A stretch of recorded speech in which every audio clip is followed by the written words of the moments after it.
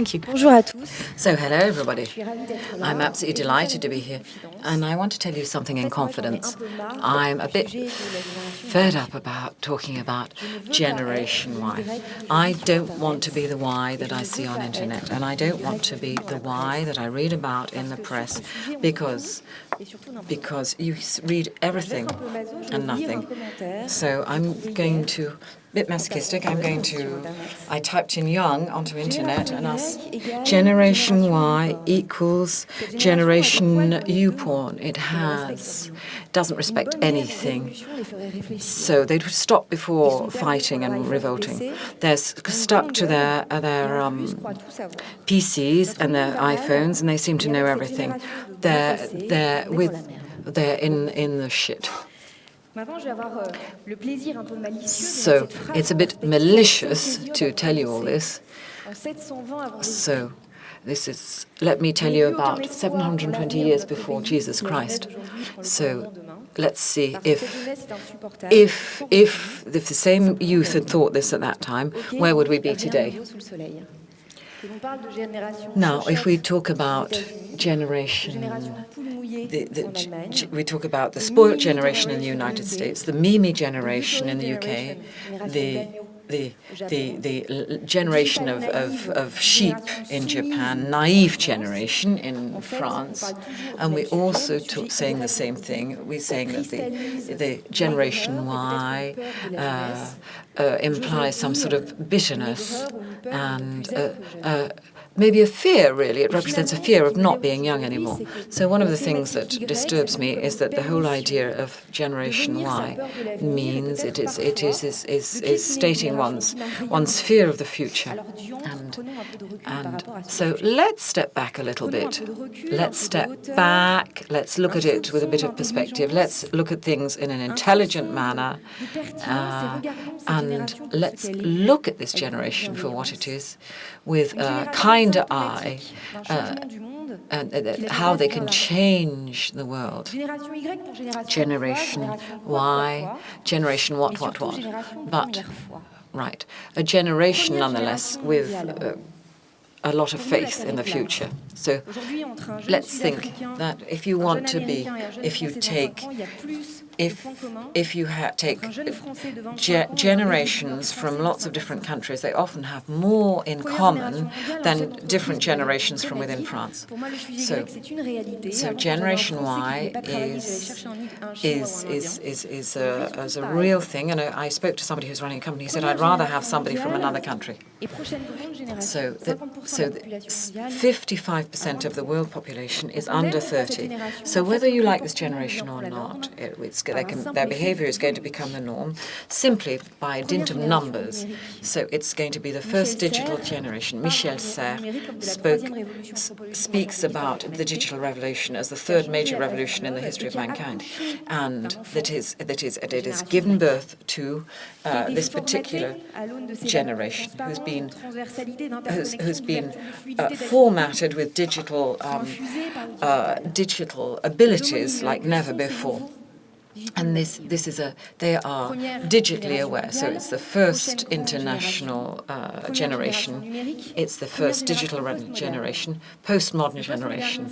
Postmodernism is what? Is the idea is that we are at the dawn of a new era, and all the new models, financial and world models and business models and the conception of society will have yet to be developed. And they're the subject of this forum. Kofi Annan says that we are people who can inherit without having anything to inherit. And this is the basis of a new model. And I would say the first omniscient generation. Why? Because we've got an externalization of our brain power, because the knowledge we have can be used and can be changed and can change the world. So we're talking about Michel Serres, for example, who is saying that it will change relationships between our peers, change the relationship with hierarchy. Is that not the subject of Generation Y? A massive change, going to reinvent the world with an enormous power in order to be able to move things in a massive manner. So this makes us some of the most powerful individuals in the world. We we can actually make government fall just by touching a keyboard.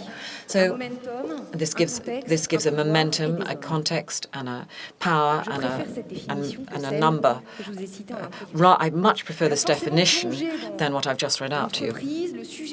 So why not? It creates sparks for major companies. Generation Y makes, if they're coming into a pyramidal structure, they will arrive in this kingdom that has been created, where the stronger people eat up the weaker people, and they're going to create a turbulence in systems that have already existed. So what are they going to do? They're going to sort of break down the existing systems, just pulling out the plug. That's what Generation Y is. That's why we're talking about it so much. Today we're talking about a population where there's a lot of turnover, but we've got a complicated financial system. We're talking about, we're talking about people who don't hang around in their jobs for very long. We're talking about people who have short-term contracts. And we're talking about other people who maybe don't have the luxury of being able to leave. So what happens? Our parents, managers, business leaders say, who are these spoiled kids who are behaving like this? They're crazy, aren't they? They're changing the world of work. They really think that they can change things and other things are possible? Well, maybe. Perhaps. This Generation Y actually is able to look at businesses in a radically different manner. It has a radically different manner of looking at it. It has an impact on the existing models, and I think it has the power of transforming businesses from the inside. I would even wager that this generation can actually create a new model of society and business. Why? Because there's a bet. This generation has bet that they can say why before how, flexibility before they can create new norms.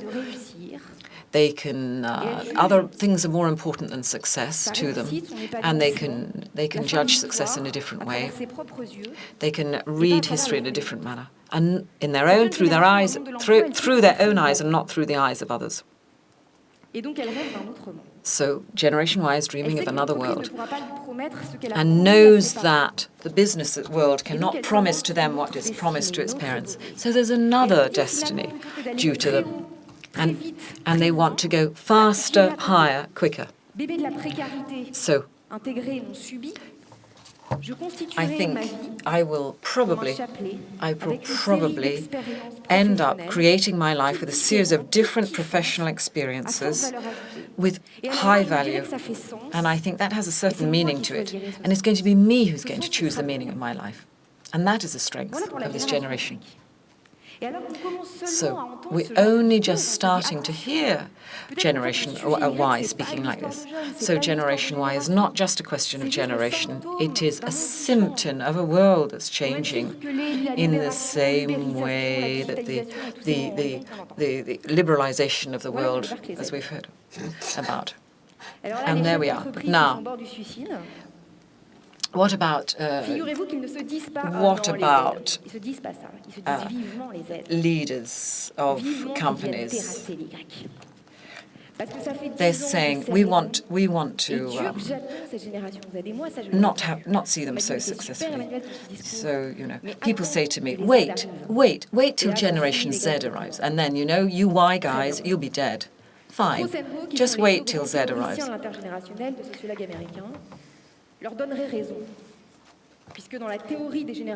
In the theory of generations, basically, the theory of different generations is that each generation will fight against the previous generation's ideas, and Z will be different from Y, and that Z will actually kill us. But we're not sure about this, so we've went to question 3,000 young people and say, what is your vision of the business world in the future? And see whether, are we going to have war tomorrow or not? If you're under 20 today and you're living in France, and you say to people, what is the business world for you? They will say 3 words. They say business is hard, cruel, and it's a jungle out there. And that's the heritage of the generation of 40-years-olds, this young population, who have devoted everything to their work. And this is not necessarily the same for all French. It's not necessarily an accomplishment to devote yourself to your working life like this. We're living, a lot of people lose the quality of life by sacrificing their personal life. Now, the business could never really actually enable me to have this long-term security that my parents had.